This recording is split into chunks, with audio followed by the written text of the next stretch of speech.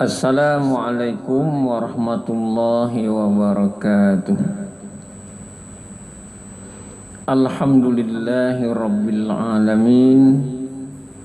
Wassalatu wassalamu ala sayyidina Muhammadin ashrafil anbiya'i wal mursalin, asrafil awwalina wal akhirin, khairil khalqi al-mab'uthi rahmatan lil alamin. Allahumma salli wa sallim wa barik alaihi wa ala alihi wa sahbihi wa man ihtada bihadihi wa man da'a bi da'watihi ila yaumiddin. Amma ba'd. Jamaah yang dimuliakan Allah Subhanahu wa taala, hari ini hari Kamis, nanti malam Jumat. Maka pada kesempatan yang singkat ini, kami yang diamanahkan untuk menyampaikan kuliah zuhur, kami sekedar menyampaikan kandungan surat Al-Kahfi. Di dalamnya pelajaran tentang orang-orang yang beriman, yang dia telah merdeka sebenar-benar merdeka dan telah hijrah dengan sebenar-benar hijrah.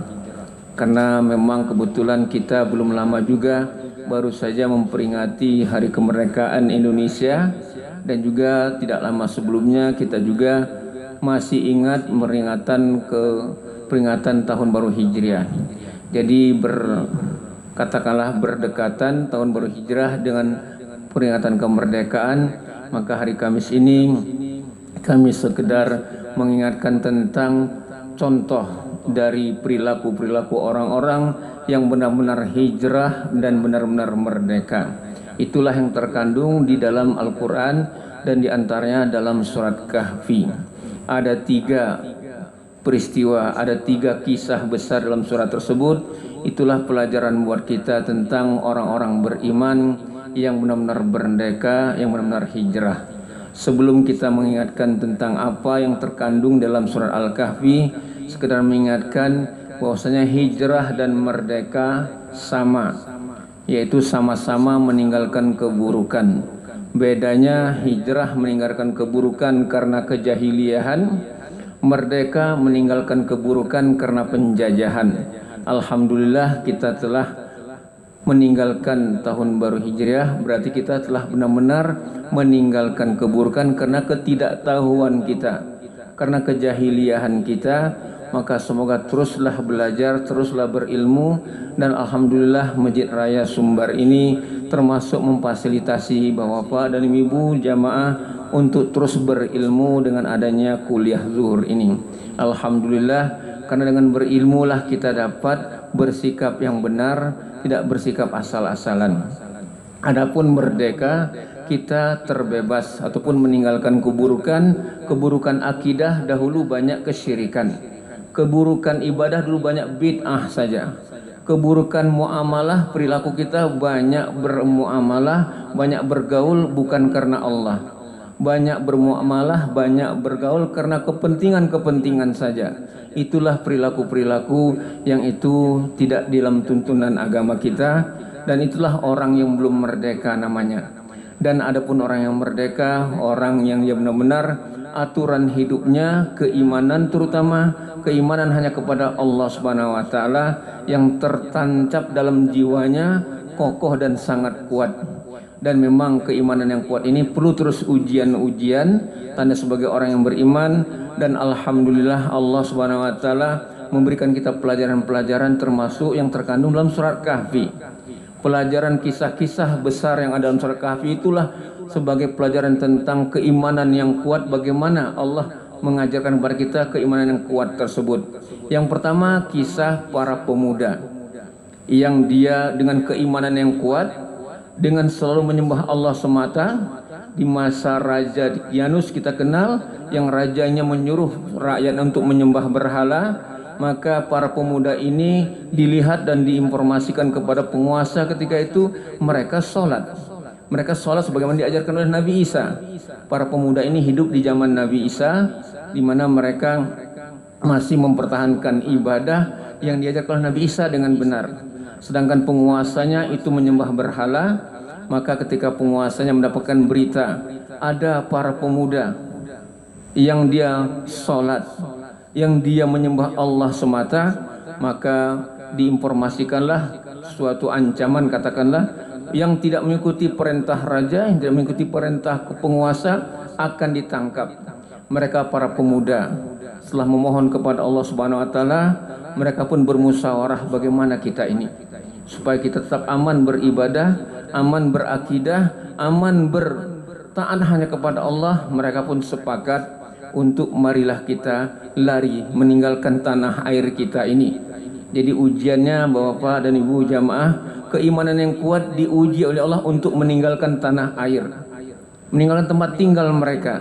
Maka karena hanya cinta kepada Allah Subhanahu wa taala, untuk mempertahankan keimanan, mereka pun meninggalkan tanah air mereka, pergi menuju gua yang sudah mereka survei sebelumnya, dan mereka pun berada di sana, dan oleh kehendak Allah dan kekuasaan Allah, mereka pun tertidur di sana selama 300 tahun lebih.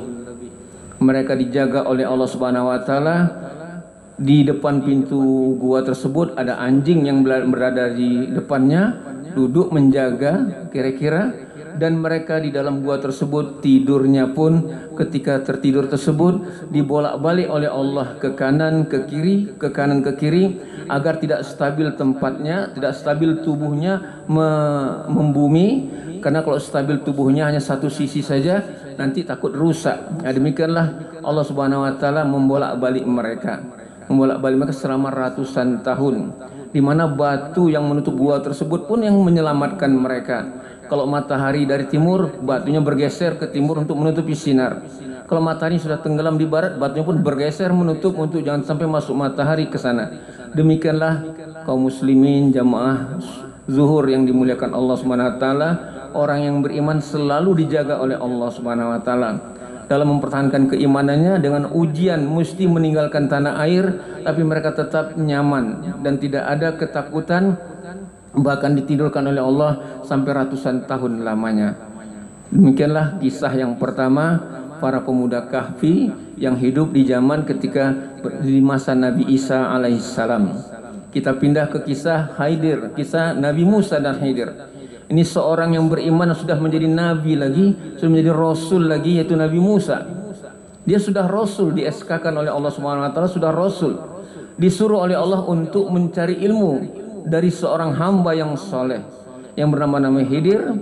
Maka Nabi Musa dengan ilmu yang sudah tinggi, dengan status sosialnya sudah rasul, status sosial yang tinggi zaman dahulu, jamaah, bukan presiden, bukan raja, apalagi gubernur sampai ke RT dan sebagainya, tapi status yang paling tinggi itu adalah rasul. Nabi Musa alaihissalam dia rasul, tapi karena perintah Allah, keimanan yang kuat, disuruh untuk menuntut ilmu lagi dengan seorang hamba yang disamar-samarkanlah statusnya. Maka Nabi Musa pun pergi untuk menuju seorang yang itu dia lebih berilmu daripada Nabi Musa, seorang yang imannya sudah sampai setingkat rasul. Dia berhadapan dengan orang yang status sosialnya tidak sampai rasul, itu Khidir, Nabi Khidir. Maka apa tanda orang beriman? Kalau di masa para pemuda Kahfi diuji dengan pengorbanan, maka ada orang yang beriman yang kuat adalah dia mau berkorban.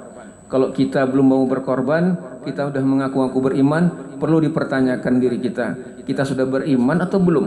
Kalau belum berkorban, belum termasuk orang yang beriman yang statusnya setinggi para pemuda Kahfi. Demikianlah Nabi Musa, keimanannya sudah setingkat rasul, diuji dengan untuk menemui seorang yang cuma dikenal nabi saja. Maka Nabi Musa pun seorang yang sudah beriman, dia pun mau pergi dan mau dengan rendah hati mengikuti apa kata gurunya, seorang Nabi Khidir.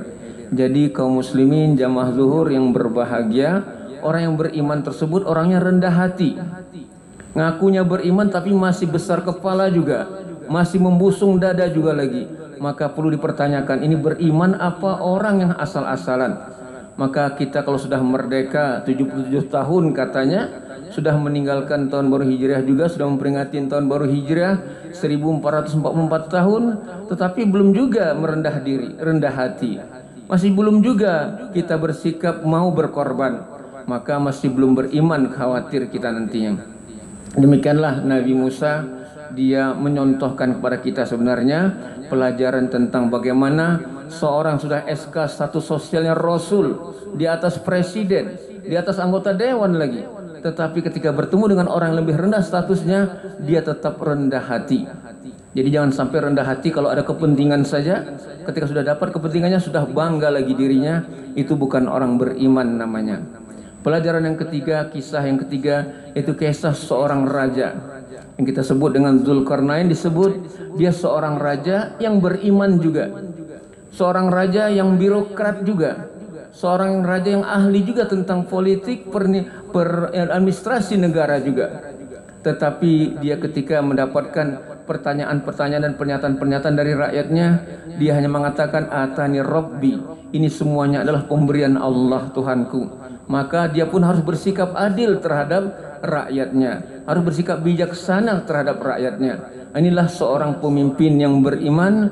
Dia dengan keimanan yang kuat mampu menjadi pemimpin yang adil di hadapan rakyatnya dan mampu berbagi kebijaksanaan yang benar terhadap rakyatnya. Yang kita khawatirkan, kita memiliki pemimpin tapi tidak pernah berbijaksana dan berbijaksini dalam keputusan, dalam sikapnya, hanya menyusahkan saja, hanya membuat rakyatnya mungkin jadi sengsara, maka ini pemimpin yang tidak beriman. Maka semoga dengan surat Kahfi ini kita semuanya dari rakyat biasa sampai para pejabat selalulah membaca dan mempelajari. Bahkan Nabi juga menganjurkan kita membaca surat Kahfi ini di malam harinya, di Kamis malam Jumatnya. Kami alhamdulillah dengan keluarga bapak-bapak dan ibu ya selalu mengamalkan yang perintah Nabi yang sederhana ini. Setiap habis maghrib kami selalu bersama dalam rumah, dari musola, dari masjid pergi ke rumah membacakan surat Kahfi berganti-gantian dengan anak. Karena dengan demikian kita pun dapat pelajaran dari surat Kahfi, semakin menegaskan kita untuk mampu menjadi orang yang beriman. Kalau di dunia, rumah kita pun kalau sudah kita isi dengan Al-Quran, isi dengan solat di dalamnya, maka itulah yang sebagaimana dinyanyikan oleh Rasulullah, baiti jannati. Kita semoga tidak mengatakan baiti jannati, rumahku surgaku, solat pun tidak pernah di dalamnya, baca Quran pun tidak pernah di dalamnya. Maka sebagaimana yang dikatakan, kita semoga mampu membaca Al-Quran, dan apalagi ini malam Jumat, ya mampu juga lah untuk saling memperbaiki bacaan Al-Qurannya, tilawahnya. Yang tadi kita dengar juga ada tahsin Al-Quran di masjid kita ini. Maka itu tidak hanya di masjid saja terlaksana, tetapi juga di rumah kita masing-masing. Karena sebagaimana yang kita ketahui, rumah yang ada baca Quran dan sholatnya terlihat oleh penduduk langit, terlihat oleh penduduk langit, para malaikat itu bersinar. Rumah yang ada sholat di dalamnya, ada baca Quran di dalamnya, itu terlihat rumahnya bersinar. Memang sinarnya kalah dengan sinar di Mekah sana, di Baitullah ataupun Ka'bah. Karena memang sebagaimana kita sering mendengar berita, para astronot dari Amerika pun kosmonot dari Rusia, kalau mereka naik ke ruang angkasa, mereka melihat ke bumi ini gelap. Tetapi di sela-sela bumi yang gelap itu ada sinar yang terang, ada cahaya yang terang. Itulah dia Ka'bah, itulah dia Mekah. Adapun rumah-rumah ataupun sinar-sinar yang lainnya, rumah-rumah yang selalu baca Quran di dalamnya, selalu sholat di dalamnya, maka sinarnya tidak seterang sinar yang ada dari Masjidil Haram, dari Mekah. Ya termasuk sinar-sinar biasa saja. Ya syukurlah kalau ada sinar biasa daripada rumahnya diterangi dengan lampu yang mahal sekali, tetapi terlihat gelap gulita dari langit sana. Kita menginginkan bagaimana rumah kita, kaum muslimin, jamaah zuhur yang berbahagia, terang benderang. Bagi bapak-bapaknya yang mungkin sholat 5 waktu di rumah Allah, maka juga baik sholat sunnahnya di rumahnya masing-masing. Bagi ibu-ibu, mungkin bagi anak-anaknya yang belum bisa ke masjid, tetaplah terapkan sholat juga di rumahnya. Dan jangan lupa selalu tilawatu Al-Quran. Karena dengan tilawah Al-Quran itulah rumahnya akan disinari oleh Allah Subhanahu wa Ta'ala. Dan menjadi ciri khas orang yang merdeka tadi, di samping keimanannya itu kuat, dengan siap berkorban, siap untuk rendah hati, siap menjadi pemimpin yang adil, dia juga tanda-tanda orang yang merdeka, yaitu dia sudah tidak terjajah lagi dengan dunia. Orang yang merdeka tidak terjajah oleh dunia, ditandai dengan selalu sholat 5 waktu. Kalau orang belum sholat 5 waktu yang benar, itu masih terjajah dia. Karena Allah mengatur kita dengan ditetapkannya sholat 5 waktu dengan waktu-waktu tertentu. Ketika kita mengikuti aturan Allah dengan waktu-waktu tertentu, sholat 5 waktunya, berarti kita sudah bebas dari terjajah. Yang dikhawatirkan azan dikumandangkan, tetapi kita masih sibuk juga dengan kegiatan, berarti kita masih belum merdeka. Kita masih diatur oleh selain aturan Allah Subhanahu wa taala. Maka ketika kita belum merdeka, padahal peringatan sudah diperingati 70 tahun lamanya, 70 tahun namanya, tapi tidak juga ada bekasnya, maka itu belum merdeka namanya. Maka kaum muslimin jamaah yang berbahagia, dalam rangka untuk meningkatkan keimanan kita dan tanda kita orang yang merdeka, dapat kita ambil pelajaran dari kisah dalam surat Kahfi tentang orang-orang yang beriman tersebut. Dia orang yang siap berkorban untuk sholat 5 waktu. Sholat 5 waktu berarti di awal waktu dan menjaga waktu. Bukan sholat 5 waktu tetapi tidak di awal waktu, datangnya terlambat pula lagi. Ketika sudah dikumandangkan azan, apa katanya di rumah sambil nonton TV, kan belum qomat. Nanti ketika sudah qomat, katanya lagi karena masih sibuk dengan HP-nya, kan belum dimulai dengan takbir oleh imam, kan belum juga waladhdallin dan sebagainya. Itulah orang yang terjajah dengan hawa nafsu namanya. Dia belum merdeka dengan aturan Allah yang menyuruh untuk menepati waktu. Maka pada kesempatan yang mulia ini, kami mengingatkan kami sendiri juga dan kita semua, semoga kita mampu merdeka dengan sebenar-benar merdeka, yaitu dibuktikan dengan keimanan kita yang kuat, siap berkorban, siap untuk rendah hati. Kalau menjadi pemimpin terpilih, misalnya jadi pemimpin yang adil, dibuktikan dengan sholat 5 waktu. Karena sholat 5 waktu itulah aturan Allah semata. Orang yang tahu sholat 5 waktu, berarti dia tahu bahwasanya dia diatur oleh Allah saja. Demikian yang dapat disampaikan. Mohon maaf. Subhanakallahumma wa bihamdika, asyhadu an la ilaha illa anta, astaghfiruka wa atubu ilaik. Assalamualaikum warahmatullahi wabarakatuh. Allahu akbar, Allahu akbar. Asyhadu an la ilaha illallah. Asyhadu anna Muhammadar Rasulullah. Hayya 'alas salam, hayya 'alal falah.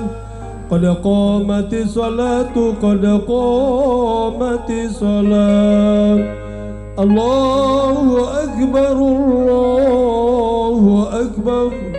La ilaha illallah.